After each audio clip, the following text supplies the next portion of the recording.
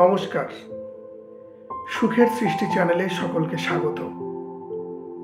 আশা করি সকলে ভালো আছেন, সুখে আছেন, সুস্থ আছেন, আনন্দে আছেন। আজকের আমি উপস্থিত হয়েছি বিশেষ নিবেদন, সমাজের স্তম্ভগুলো ভেঙে দাও। আর বলবে আমি ডাক্তার, আমি একজন শিক্ষক, বলবে আমি সমাজের গর্ব। তোমার গর্বকে বুদ্ধি করে করব আমি খর্ব।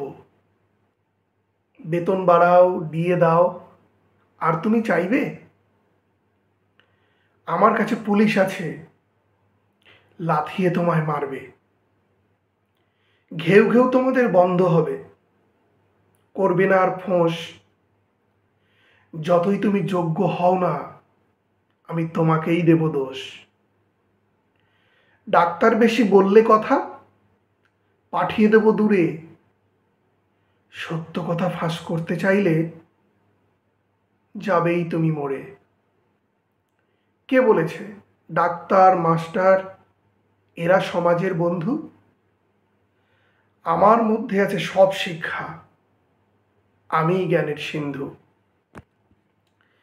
যাদের তোমরা শিক্ষা দিয়ে বানিয়েছ এই পুলিশ, তাদের কান বন্ধ করেছি, তারা শুনবে না তোমার নালিশ। সরকারি স্বাস্থ্য বিমায় যে ডাক্তার করে চিকিৎসা, সেই পুলিশের সাহায্যে আজ ডাক্তারের হলো দুর্দশা। ছাত্ররা ভয়ে আর বলবে না কি হতে সে চায়। ডাক্তার ও মাস্টার হতে সে এখন ভীষণ ভয় পায়। পড়াশুনো ছেড়ে এবার সবাই করবে যখন কাজ, তখন আমি গড়তে পারবো আমার মনের মতো সমাজ। করবে না আর কেউ প্রশ্ন আমায় খারাপ কিংবা ভালো। এই তো সময় সমাজের সব স্তম্ভ ভেঙে ফেলো। থাকবে শুধু শাসনযন্ত্র, করব শুধু শোষণ। যাদের ভোটে জিতি আমি, করব তাদের তোষণ। এভাবেই থাকবো টিকে যুগ থেকে যুগান্তর। সবাই আমায় ভয় পাবে, আমি হয়ে উঠব ভয়ঙ্কর। সবাই আসবে আমার কাছে, ভাববে আমি তাদের ভগবান। কিন্তু তারা বুঝবে না আমি কত বড় শয়তান। নমস্কার। সবাই বুঝতে পারছেন যে আমাদের সমাজের, আমরা যে সমাজে বাস করি, আমাদের এই সমাজের বিভিন্ন পেশার মানুষ থাকেন। আমরা যদি আমাদের যারা প্রাণ বাঁচানোর চেষ্টা করে, ডাক্তার, নার্স, ছোট থেকে আমাদের শিক্ষা দিয়ে বড় করে, নিজেদের মনের মতো স্বপ্নের মতো পেশাতে নিযুক্ত হওয়ার জন্য সহযোগিতা করে, সঠিক পথের দিশা দেখান আমাদের শ্রদ্ধেয় শিক্ষক মশাইরা। তারপরে বিভিন্ন সমস্যা, সামাজিক বিভিন্ন সময় আমাদের রক্ষা করতে এগিয়ে আসে পুলিশ প্রশাসন। এই সমবেত প্রত্যেকটা প্রফেশনের মানুষ, এরা কিন্তু আমাদের সমাজের একটা পিলার। এদের ওপরেই সমাজ ব্যবস্থা টিকে থাকে। যদি কোনো কারণে কোনোভাবে আমরা আমাদের নিজেদের কারণেই যদি এই স্তম্ভগুলোকে, পিলারগুলোকে ভেঙে টুকরো টুকরো করে দিই, বা চোখের সামনে ভেঙে টুকরো টুকরো হতে দেখি, তাহলে যারা বিষয়টা বোঝেন, জানেন, যারা এর ভবিষ্যৎটা কিছুটা হলেও অনুধাবন করতে পারছেন, তারা বুঝতে পারবেন যে আগামী দিনে আমাদের যে ভবিষ্যৎ প্রজন্ম যারা রয়েছে, তারা এই সমাজের মধ্যে কি করে টিকে থাকবে, তারা এই সমাজের মধ্যে কি করে নিজেদেরকে সঠিক লক্ষ্যে পৌঁছে দিতে পারবে। এবং প্রত্যেকটা স্তম্ভ কিন্তু গুরুত্বপূর্ণ।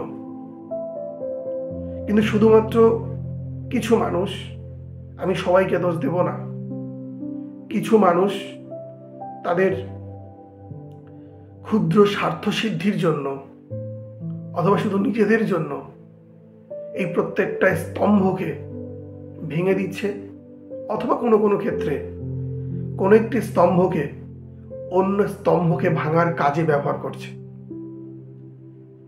আমি কোনো স্তম্ভকেই দোষ দেব না, আমি দোষ দেব আমাদের মতন সাধারণ মানুষদেরকে, যারা এই এত বড় বিপর্যয়, এত বড় ক্ষতি, এত বড় ধ্বংস সমাজ ব্যবস্থার ভেঙে পড়ছে দেখেও চুপ করে আছি। সবসময় শুধু ভাবছি আমার তো কিছু হচ্ছে না, আমার তো কোনো ক্ষতি হচ্ছে না। কিন্তু মনে রাখবেন, আপনি যে সমাজে বাস করেন সেই সমাজটা টিকে থাকতে গেলে এই প্রত্যেকটা স্তম্ভকে দাঁড়িয়ে থাকতে হবে। না হলে যে সমাজের মধ্যে থেকে আপনি নিজেকে মনে করছেন যে আমি সুরক্ষিত, আদতে কিন্তু আপনি সুরক্ষিত নন। ঠিক যেমন কোনো বিপদের সামনে পড়ে খরগোশ যেমন চোখ বন্ধ করে নিলে মনে করে যে আমার বিপদ চলে গেছে, আমরা প্রত্যেকেই কিন্তু চোখ বন্ধ করে মনে করছি যে আমরা বিপদের মধ্যে নেই, আমরা ভালো আছি। হ্যাঁ, আমরা ভালো আছি, আমরা ভালো থাকবো, আমরা ভালো থাকতে চাই। আর তার জন্যে দরকার আমরা যে সমাজে বাস করি, যে রাষ্ট্রে বাস করি, তার প্রত্যেকটা স্তম্ভকে সুদৃঢ়ভাবে ধরে রাখতে, যাতে তারা আমাদেরকে এবং আমাদের আগামী প্রজন্মকে একই রকমভাবে ধরে রাখে এবং তাদেরকে লক্ষ্যে পৌঁছে দেয়। কারণ এভাবেই তো সমাজ এগিয়ে যায়। আমি আশা রাখব যে আমরা প্রত্যেকেই সচেতন মানুষ এবং আমরা সেই সচেতনতার দিক থেকে চিন্তা ভাবনা করে আমরা আমাদের সিদ্ধান্ত গ্রহণ করব এবং আমাদের পরবর্তী পদক্ষেপ কি হওয়া উচিত সেটা আমরা নির্ধারণ করব। এই আশা রেখে সকলকে আবার ধন্যবাদ জানিয়ে আজকের আমার এই ভিডিও শেষ করছি।